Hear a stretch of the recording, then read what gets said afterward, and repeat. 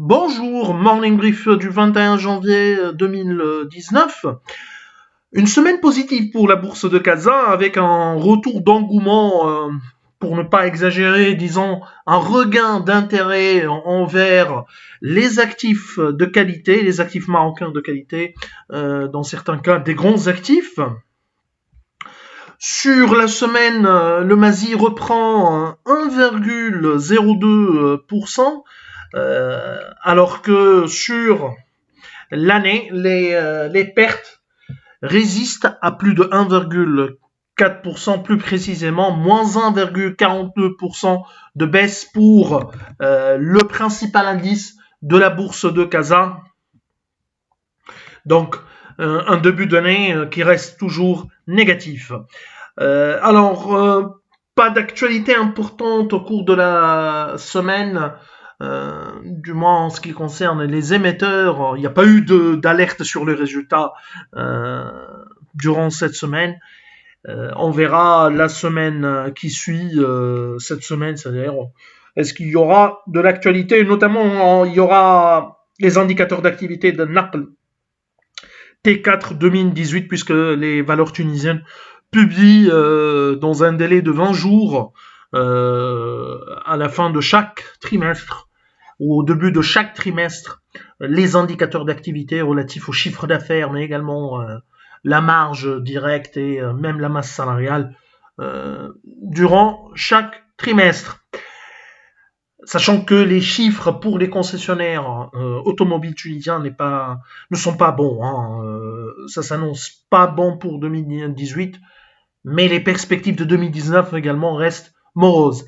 Alors, en ce qui concerne les principales variations, sur la semaine, Massa Maroc affiche la plus importante hausse, rien de particulier, 5% de hausse sur la semaine. Total Maroc également, 4,72%. Ça en concerne également un peu les rendements de ces titres. Donc, ce sont des valeurs de qualité. Total Maroc continue bien sûr de bénéficier de la libéralisation des prix, puisque rien n'est encore clair au niveau de la fixation des prix au niveau en ce qui concerne le contrôle ou la fixation des prix des hydrocarbures. Bref, Total Maroc affiche un retour au cours de cette année, une des meilleures performances de l'année, depuis le début de l'année du moins, avec 11% de hausse depuis le 1er janvier 2019. Ciment du Maroc affiche une hausse de 4,26%, l'IDEC 4,17%, Lesieur après un début d'année difficile suite à l'annonce d'un profit warning et d'un contrôle fiscal, d'une notification fiscale qui pèsera sur les résultats de 2018, affiche une hausse de 3,47%, Maroc Télécom 3,34%, un début d'année positif pour Maroc Télécom avec presque 4% de hausse depuis le début de l'année. Tijari Wafé Bank 1,97%, BMCI 1,69%. À propos de BMCI, il y a le BNP Paribas qui a annoncé sa sortie ou son intention de céder sa participation en plus de 50% dans le capital de son actif tunisien. C'est une participation historique. Le BCI, on verra est-ce qu'il y aura de l'implication sur le Maroc. Ce qui est sûr, c'est que BNP Paribas a déjà également cédé son actif en Égypte en 2012 à Emirates NBD. Maintenant, c'est autour de son actif tunisien. Bon, la situation de la Tunisie ou bien de l'Égypte en 2012 n'est pas la même que celle du Maroc, mais BNP Paribas est dans une optique de sortir ou de se désengager de certains pays qui, dans le cadre de son downsizing, ce qui est tout à fait normal vu du durcissement des exigences en termes de fonds propres. Alors, CMT affiche une hausse de 1,35% et BCP qui a progressé, le titre qui a progressé de 0,31%.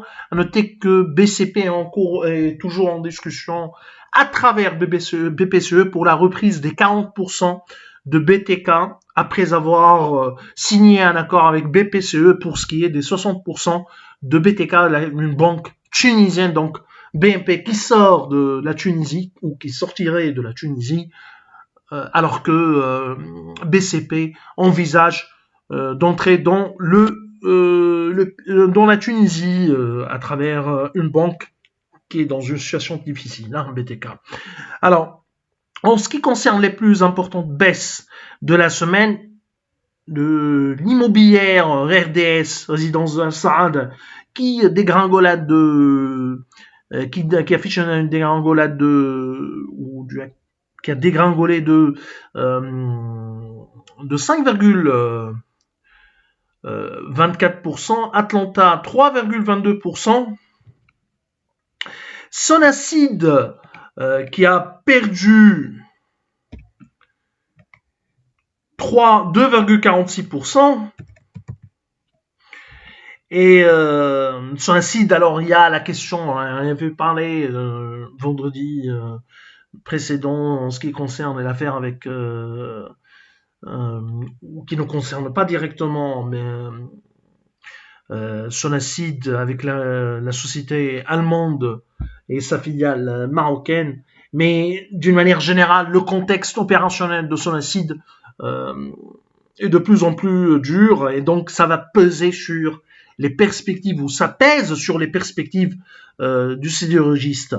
Autohol qui perd 2,40%, La Bellevie qui a accusé une baisse de 2,32%, HPS qui a reculé également de 2,19%, en début d'année timide, 1,70% depuis le début de l'année pour une des valeurs qui a affiché les plus importants rendements sur les 2 dernières années. Saham Assurance qui perd 2,13%, Aluminium du Maroc qui a baissé, ou le titre qui a baissé de 2%, Wafer Assurance qui perd de 1,50%, et Lafarge Ocim qui a dévissé de 1,39%.